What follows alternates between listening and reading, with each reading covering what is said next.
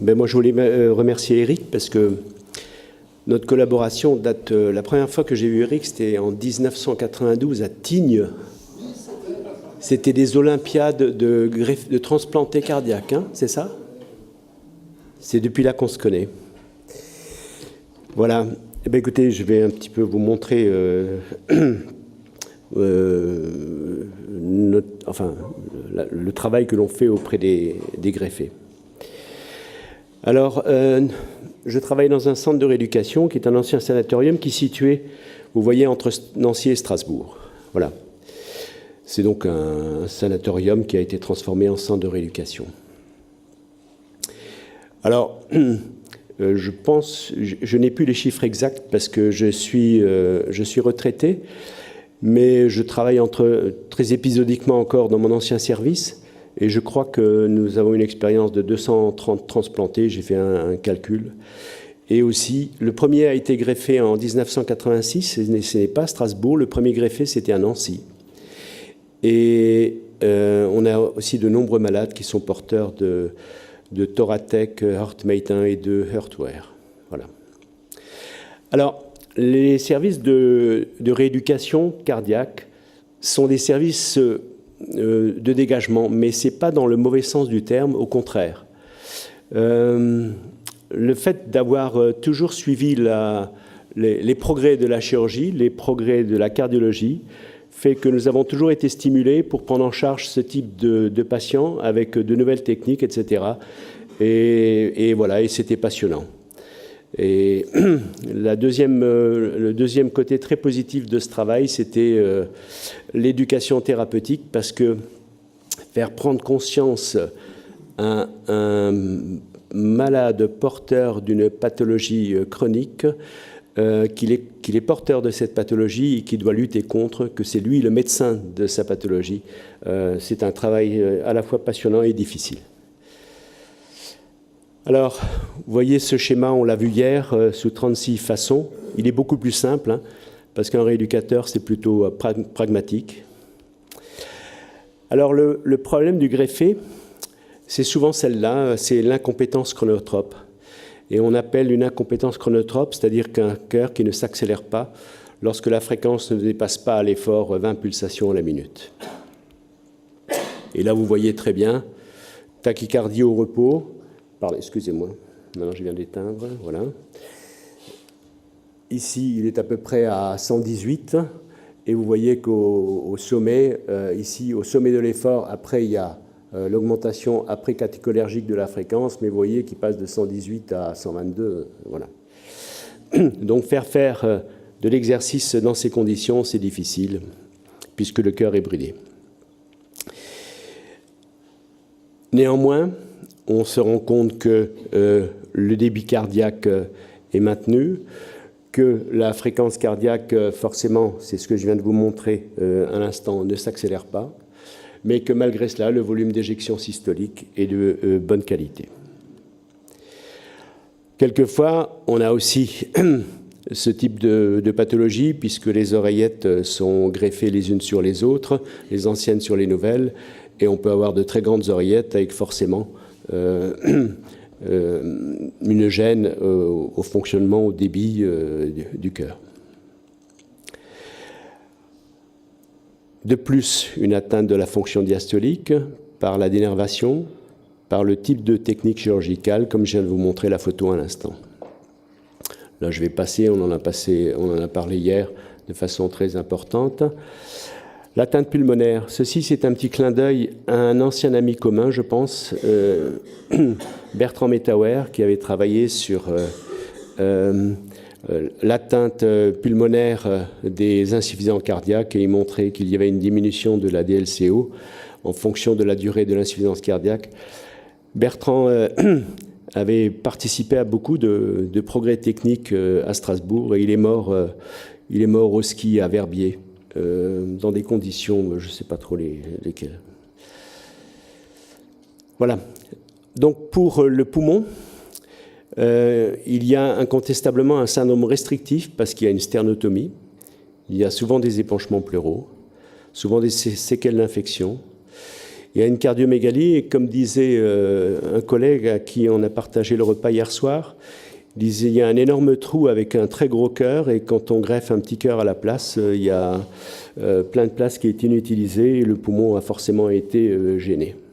Et enfin, beaucoup de transplantés ont eu des heartmates ou des heartware préopératoires.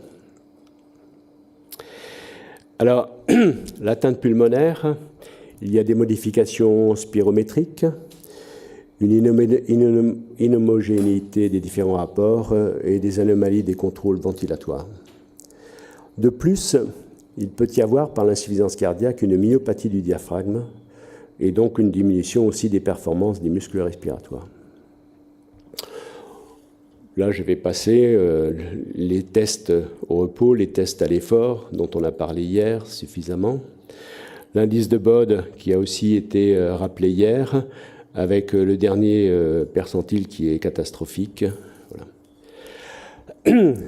Il faut quelquefois, chez nos transplantés, qui ont également une pathologie respiratoire associée importante, prescrire de l'oxygène. On fait ça quand la saturation baisse à l'effort en dessous de 92%, que la PaO2 est basse, et on se sert un petit peu de ce qu'avait fait Sadoul à Nancy, ce qu'il avait appelé l'Oxcar, et ben on se sert aujourd'hui de ce type d'appareil. Voilà.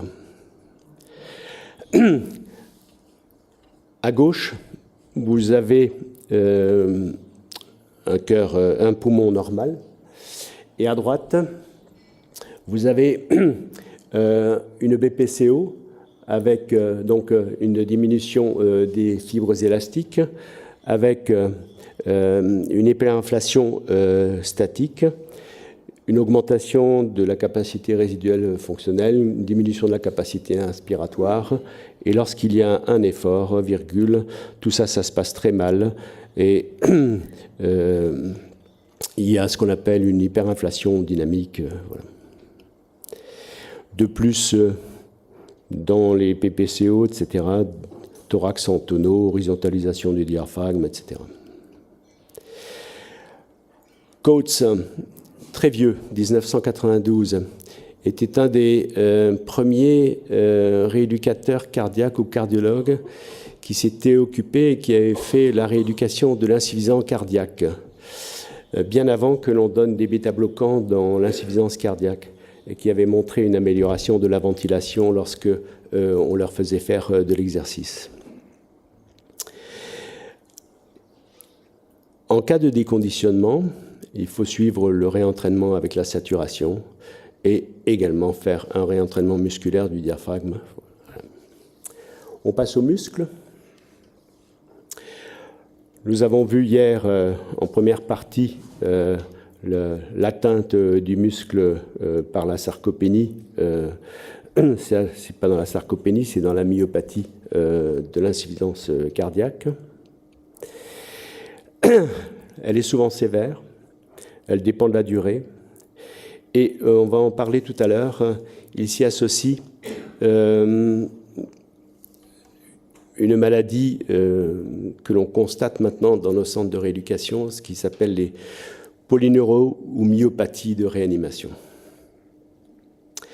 Alors, le muscle est atteint par l'atrophie, dont on a vu hier, et comme il l'a bien expliqué, les fibres de type 1, il nous a parlé du magret de canard, se transforment en fibres de type 2, et il nous a rappelé le blanc de poulet, c'est-à-dire des fibres qui sont capables de faire un effort rapide et brutal, mais qui n'a pas d'endurance. Diminution des muscles, des enzymes des muscles musculaires oxydatifs, la fonction endothéliale, et enfin les effets délétères des drogues immunosuppressives. Voilà. L'entraînement montre une meilleure utilisation de l'oxygène, et là, des images qui montrent qu'il y a plus de mitochondries dans les muscles. Alors, comment rééduquer ce type de greffé ? Eh bien, si c'est possible, ou bien avant qu'il soit greffé, On leur fait une rééducation qui est celle de l'insuffisance cardiaque. Donc, en fait, c'est une sorte de rééducation préopératoire. Ensuite, il y a la rééducation opératoire immédiate et la rééducation après en centre. On en a parlé hier, c'est Eric qui en a parlé lorsque nous avons abordé les différents sujets de rééducation cardiaque et pulmonaire. Et l'introduction des bêta-bloquants dans l'insuffisance cardiaque a été montrée dans les différentes études. Ici, c'est, pardon, excusez-moi, ici c'est avec le carbédilol. Là, c'est le bisoprolol, là, c'est le métoprolol qui ont montré que les bêta-bloquants diminuaient la mortalité. Et donc, le seuil tendait à 10 millilitres et comme j'ai entendu hier, il est même en dessous de 10 millilitres actuellement. Voilà. Alors, préopératoirement, ce type de patient, avec des seuils très bas, des tests de 6 minutes de marche très bas, qu'est-ce qu'on peut leur proposer comme rééducation ? Eh bien, préopératoirement, une rééducation segmentaire, c'est-à-dire qu'on fait travailler les gros groupes musculaires. Ici, ce sont, ici, ce sont les abaisseurs de bras. Ici, ce sont les extenseurs de jambes, donc quadriceps, couturiers, etc. Là, ce sont les fessiers.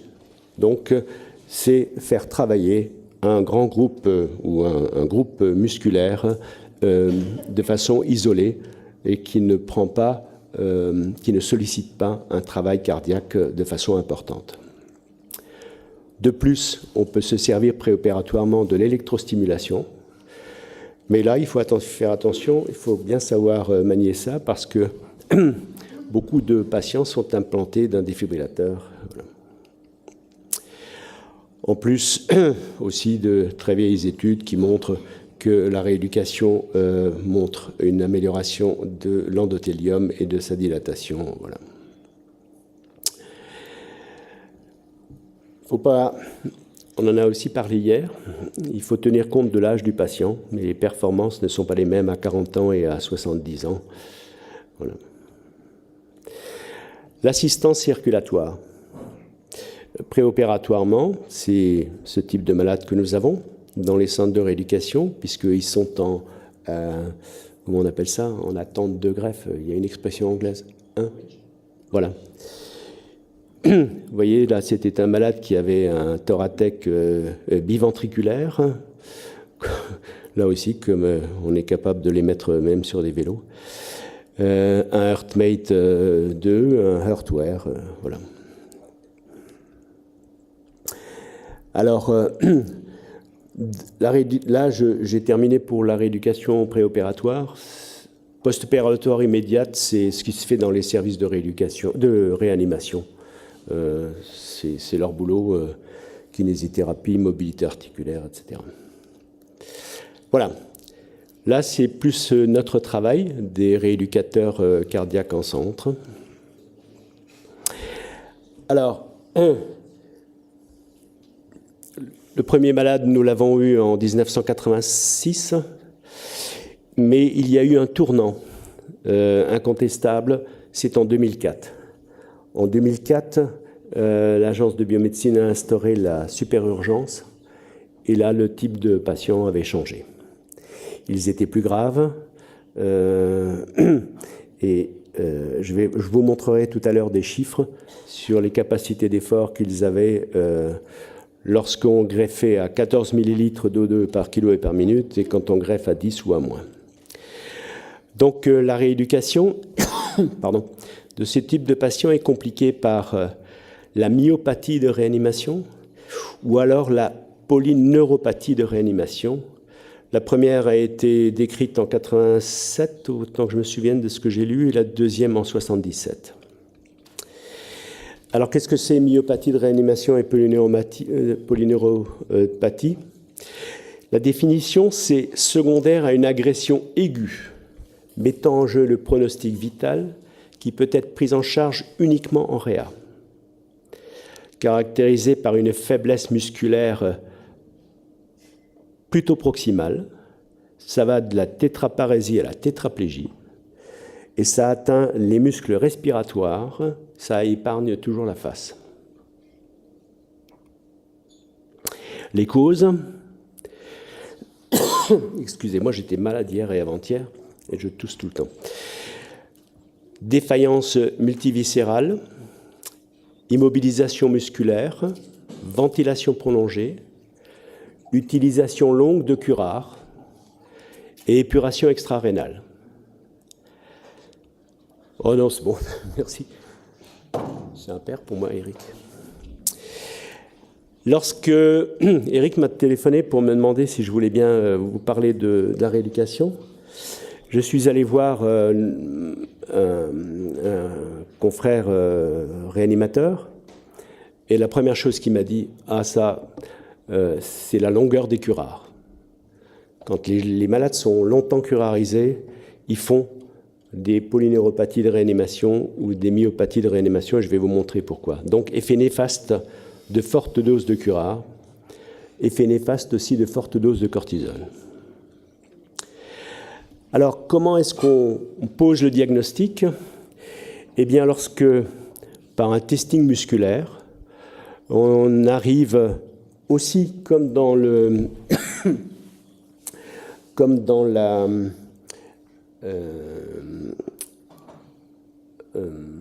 rééducation segmentaire, à tester des gros groupes musculaires et à avoir un testing musculaire qui est altéré. Donc, vous voyez, on teste, excusez-moi, on teste les antépulseurs du bras, flexion de l'avant-bras, extension du poignet. Pour les jambes, flexion de cuisse, extension de jambes, flexion dorsale du pied. Et c'est un testing musculaire, donc 0, pas de mouvement, 5, mouvement normal. Et il y a une myopathie ou polyneuromyopathie de réanimation lorsque le testing est en dessous de 48. Donc vous voyez tout en bas à gauche, si rien ne bouge, tétraplégie complète, et si on est à 60, c'est une force normale. Comment est-ce qu'on se rend compte que les malades ont ça? Eh bien, ce sont les réanimateurs qui se rendent compte de ça, parce qu'ils n'arrivent pas à sevrer les malades du respirateur.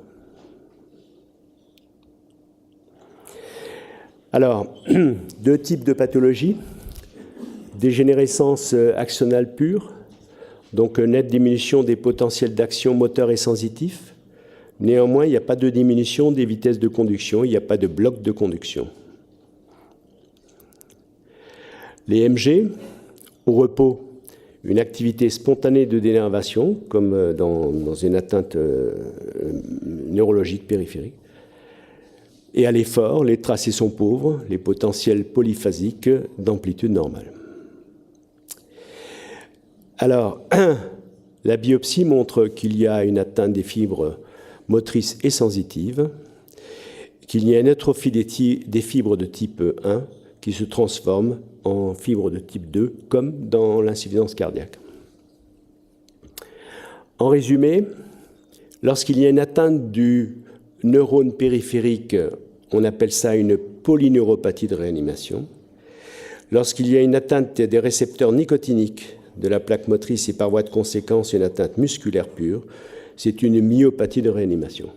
Voilà, c'est sémantique. Mais... Alors, on a parlé du curare. Eh bien, une semaine de ventilation mécanique, on se rend compte que la moitié des malades ont un testing musculaire en dessous de 48 et donc présentent cette atteinte. Un alitement complet, c'est-à-dire qu'on est dans un lit sans être immobilisé. Hein. On a une diminution de la force musculaire d'1% tous les jours. Et lorsque l'on porte un plâtre, il y a une diminution de la force musculaire des muscles bloqués de 25% pendant une semaine. Traitement préventif. Au lit, par exemple, l'électrostimulation musculaire. Et au lit aussi, eh bien, c'est la mobilisation précoce par un kiné, par un aide-soignant, par un infirmier, par un médecin qui, lorsqu'il passe la visite, eh ben, prend le malade, le met debout. Enfin voilà, et c'est pas spécifique à forcément une profession. La récupération peut être rapide et elle peut être lente. Là, je vais vous montrer une récupération rapide. On va avoir des souvenirs communs, forcément. Il s'agit de M. Février, vous vous souvenez? Voilà, 62 ans. Il avait des antécédents classiques, rien de spécial. Il est transplanté le 10 décembre 2009. Il a tout de suite une défaillance du VD. On lui met une ECMO. Le sevrage de l'ECMO a lieu le 18 décembre, 8 jours après. Il fait une insuffisance rénale aiguë avec une hémofiltration durant 2 semaines, une pneumopathie droite, un hémothorax droit drainé chirurgicalement, des pneumothorax droit et gauche à répétition, le dernier le 3 janvier. Et vous vous souvenez, il a été transplanté le 10 décembre. Il fait une neuropathie sévère de réanimation. Eric nous l'envoie. Quand il arrive, le 1er février, le testing de l'épaule, il avait 3 pour les épaules. Donc, il pouvait faire des mouvements des épaules contre-pesanteur, rien de plus. Coude 1. Coude 1, ça veut dire qu'on voyait les muscles se contracter, mais sans mouvement. Pronosupination 2, c'est-à-dire sans pesanteur, hein, c'est-à-dire sans être obligé de faire contre la pesanteur. Fléchisseur de main et doigts 4. Vous vous souvenez, tout à l'heure, je vous avais dit que l'atteinte était plutôt proximale et pas distale. Donc là, il a quand même des muscles à 4 au niveau de la main et des doigts. Extenseur de main et doigts 2. Muscles abdominaux à 1. C'est-à-dire qu'il n'est pas capable de s'asseoir ou de se coucher. Pardon. Je continue le testing au niveau de la hanche, mobilisation de la hanche 1, genou 2, fléchisseur de pied et orteil 4, extenseur, donc dorsiflexion, pied et orteil, péroné latéraux 1. Après 81 journées de rééducation, j'ai constaté tous les jours, je voyais un nouveau groupe musculaire qui réapparaissait. Tous les jours, il récupérait quelque chose. C'était facile à soigner des gens comme ça, parce qu'ils vont tous les jours mieux. Alors, je reprends. Il est admis chez nous le 1er février. Le 17 mars, bien qu'il avait encore une atteinte importante musculaire, on arrive quand même à les mettre sur les vélos. Il faut les aider à monter sur la selle, mais comme ils ont de la force distale, ça va. Le 22 mars, il a une VO2 à 13. Et le 22 avril, il a une VO2 à 18. Voilà, là, je vous montre un excellent dossier. Mais la récupération peut être aussi lente. Et j'ai comme ça le souvenir de 2 malades, un qui habite pas très loin de chez nous. Je pense qu'il a mis 1 an à monter les escaliers sans avoir mal dans les cuisses. Et un autre, il était chez nous, mais ça a duré des semaines et des semaines. Il avait une aspergillose en plus, etc. Il ne récupérait pas sa force. Il était au rollator très très longtemps. Voilà.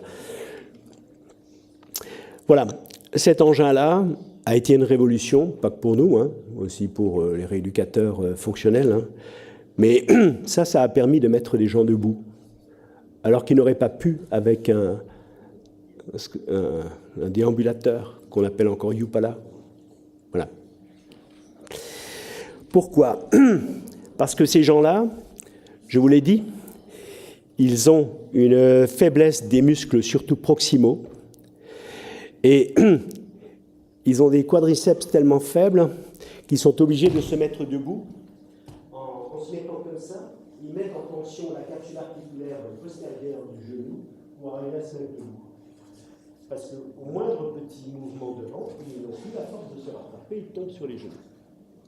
Voilà, donc cet appareil-là, cette aide à la déambulation permettait à ces gens de remarcher. Voilà. Alors, comment on rééduque ces gens? Eh bien, je vous l'ai dit tout à l'heure, vous vous souvenez, l'épaule de ce monsieur, il était à 1 au testing musculaire. Eh bien, il y a des malades, il faut simplement leur dire, écoutez, maintenant vous allez lever un bras, 6 secondes, et vous allez leur poser votre bras 6 secondes, et vous allez le relever 6 secondes. Donc ça, dans la chambre du malade. Hein. Autre mouvement, ce mouvement-là, statique. Appuyez sur les deux mains l'une en face de l'autre, 6 secondes. Repos 6 secondes. L'inverse, extension. Levez la cuisse, 6 secondes. Levez la jambe. Voilà. Comme je vous l'ai dit, la paralysie est souvent proximale. Et ces gens-là, lorsque l'on fait un testing du quadriceps, par exemple, le quadriceps est à 4, et lorsque l'on fait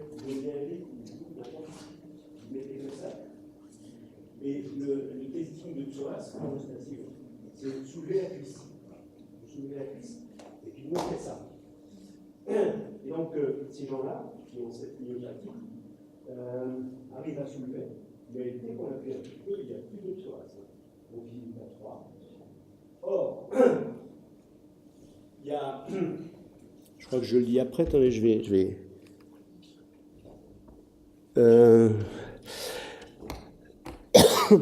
Quand on se lève, il y a... En kinésithérapie, on appelle la chaîne cinétique ouverte, c'est-à-dire qu'avec mon bras, je vais saisir mon verre, mon point d'appui est ici, et lorsque je vais me lever et m'asseoir, c'est la chaîne cinétique fermée, c'est-à-dire que mon point d'appui est là. D'accord ? Or, quand on se lève, vous allez prendre appui avec vos pieds. Donc vous êtes en chaîne cinétique fermée et vous allez avoir du mal à vous lever parce que vous avez des muscles qui sont paralysés.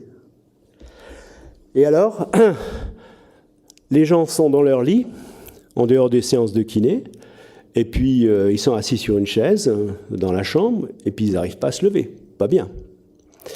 Et regardez, on les a équipés de sièges hauts.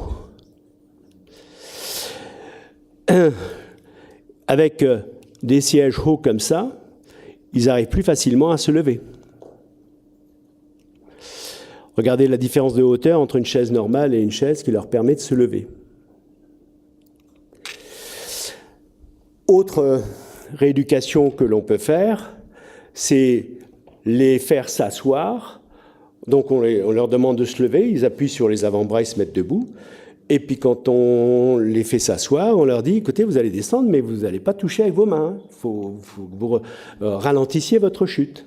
Ça, c'est de la rééducation qui se fait dans la chambre. Hein. Voilà. Autre façon de faire de la rééducation facile, j'ai tiré ça de... Lorsque vous avez de la rééducation fonctionnelle, vous avez ici, par exemple, ici une fracture, là. Vous allez appuyer sur la jambe opposée. Vous dites, voilà, j'appuie là-dessus, et vous allez, monsieur, soulever cette jambe saine. Et automatiquement, celle-là, il balance un pied dans le lit pour faire le contre-poids. La contre-mesure. Voilà. Donc, vous voyez, il ne faut pas être particulièrement kiné, etc. Là, c'est une aide-soignante qui, le samedi et le dimanche, peut, quand il y a moins de travail au service et qu'il n'y a pas toute l'infrastructure du personnel, faire de la rééducation aux gens. Voilà, là, je lui ai demandé d'appuyer très fort dans le lit avec cette jambe-là. Il a automatiquement soulevé l'autre. Voilà. Et enfin, quand ces gens-là qui avaient cette pathologie, quand ils tiennent debout, et bien après, on peut continuer avec la rééducation segmentaire toujours. Par exemple, on leur fait des protocoles qui ont été mis au point par un de nos anciens collègues qui s'appelait Corr, qui a fait un banc de corps justement avec ce protocole-là. Extenseur de genoux, cette fois 10 mouvements de chaque côté, contraction des fessiers, serrage de main. Voilà, et les différents mouvements. Le but, c'est de renforcer la musculature périphérique sans altérer la pompe cardiaque. Pour des patients très déconditionnés, on applique ceci lorsque, à l'épreuve d'effort après transplantation, ils n'arrivent pas à faire une épreuve d'effort parce que leur capacité d'effort est inférieure à 50 watts. Voilà. La force musculaire maximale de chaque groupe musculaire réentraîné est évaluée au dynamomètre. En fonction des capacités et des progrès ou des possibilités, on applique des charges de 5 à 15% de plus que la pesanteur et on fait un réajustement des charges toutes les 10 séances. Enfin, après, quand ils vont mieux, on peut faire un renforcement musculaire plus classique, hein, Cabat, Bobat, etc. L'électrostimulation, là aussi, il y a des protocoles, 1 heure par jour avec courant biphasique, stimulation 20 secondes, repos 20 secondes, etc., etc.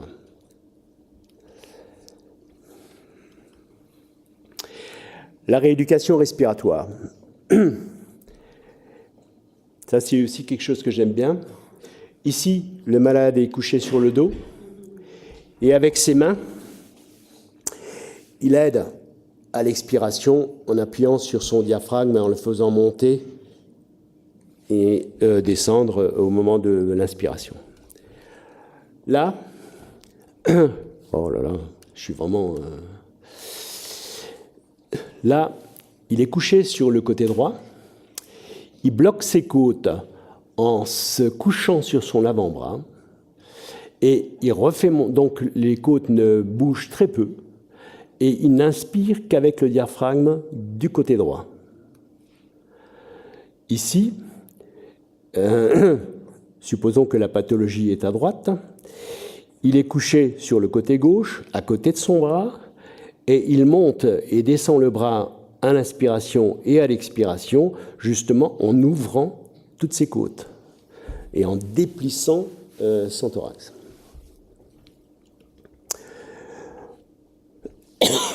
L'utilisation du Voldin, je ne sais pas si quelqu'un a déjà utilisé ces machines. Le Voldin, c'est quelque chose, hein, pour faire une inspiration correcte, il faut y aller. Voilà la Sarbacane pour... peu importe ce que l'on fait en rééducation respiratoire, peu importe ce que l'on fait, c'est mal dit, mais on a toujours des progrès dans presque tous les... Voilà. Enfin, quand ils sont capables, après la rééducation musculaire respiratoire, et qui tiennent debout et qui sont capables de faire des épreuves d'effort, donc on commence le réentraînement à l'effort, proprement dit. Voilà. Si le seuil ventilatoire apparaît rapidement, on sait que celui-ci s'élèvera par la rééducation. Si le seuil ventilatoire apparaît plus tardivement, les limitations sont plus centrales et moins accessibles à la rééducation. Alors, rééducation en continu ou en intervalle.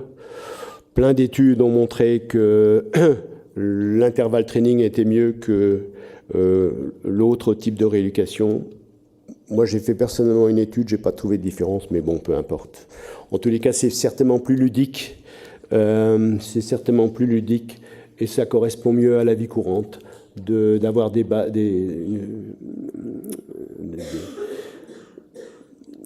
et des pics. Notre vie n'est pas faite. On monte tout d'un coup un escalier, et ensuite on est de nouveau au repos, etc., etc.